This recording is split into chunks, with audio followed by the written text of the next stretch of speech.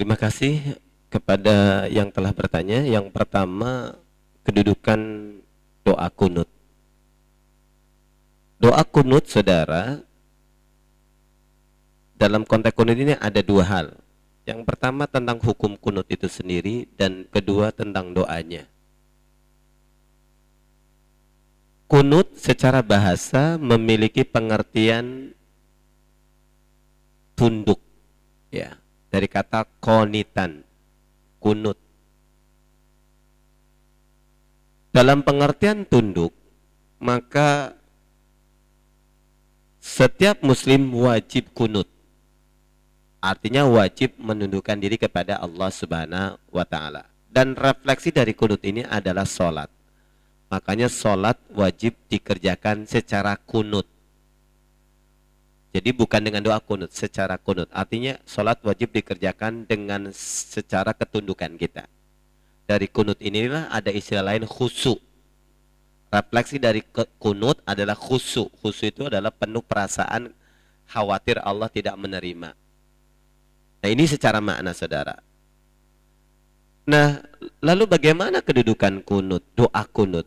Doa kunut yang dianjurkan atau disunahkan oleh Rasulullah adalah kunut yang dilakukan pada saat sholat witir, sholat sunnah. Sholat sunnah Rasulullah menganjurkan salah satunya dengan kunut. Kunut yang diajarkan oleh Rasulullah, doa kunut yang diajarkan pada saat witir adalah doa kunut Allahumma hdini fiman hadait. Nah, dengan demikian dalam praktek yang dilakukan oleh kaum muslimin hari ini itu adalah asumsi, ya, atau istilah lain bahasa fikihnya ijtihad, hanya pendapat yang memaksakan memasukkan kunut di dalam sholat subuh. Karena sebenarnya Rasulullah lebih banyak melakukannya di sholat witir. Kenapa memaksakan? Karena ada hadis yang sebenarnya diperselisihkan di kalangan ulama karena statusnya yang lemah, yaitu pengakuan Anas yang satu hari pernah mengatakan kunut subuh di belakang Rasulullah dan di lain tempat mengatakan tidak pernah berkunut. Dengan demikian, maka memasukkan kunut di dalam sholat subuh dalam bentuk bacaan yang biasa dibaca hari ini, yang semestinya itu bacaan witir, adalah pemaksaan. Karena dipaksakan begitu. Nah, lalu bagaimana, saudara? Ya, kalau kita yang paham, ya sebenarnya tidak ada. Kunut subuh itu tidak dilakukan. Kunut subuh dilakukan, yang pernah dilakukan zaman Rasulullah apabila dia mengikat pada keseluruhan sholat, yang kemudian dikenal dalam sejarah disebut kunut nazilah, yaitu kunut yang dilakukan pada sholat zuhur, sholat maghrib, isya, subuh, dan seluruh sholat, ya, itu yang dilakukan.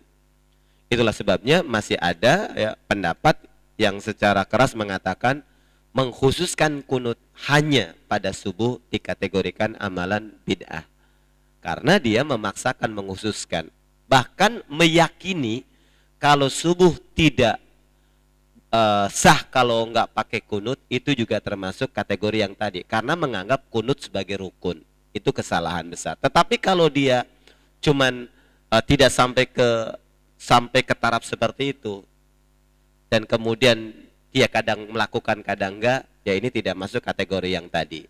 Namun kembali kalau ditanya bagaimana disposisinya, ya tadi kunut yang dianjurkan oleh Rasulullah dan yang kemudian dibaca pada hari ini itu adalah kunut sholat sunnah witir, dan itu diajarkan oleh Rasulullah kepada cucunya Hasan bin Ali bin Abi Thalib. Silahkan nanti bisa dicek, karena tidak ada satupun keterangan hadis menyebutkan Allahumma dini fiman hadait adalah bacaan kunut subuh, itu tidak ada. Hanya kemudian ulama-ulama yang menisbatkan kepada Imam Syafi'i misalkan menjadikan doa kunut witir sebagai bacaan doa kunut subuh. Asumsinya, ijtihadnya, daripada kita baca doa kunutnya nggak jelas, mendingan doa kunut yang pernah ada.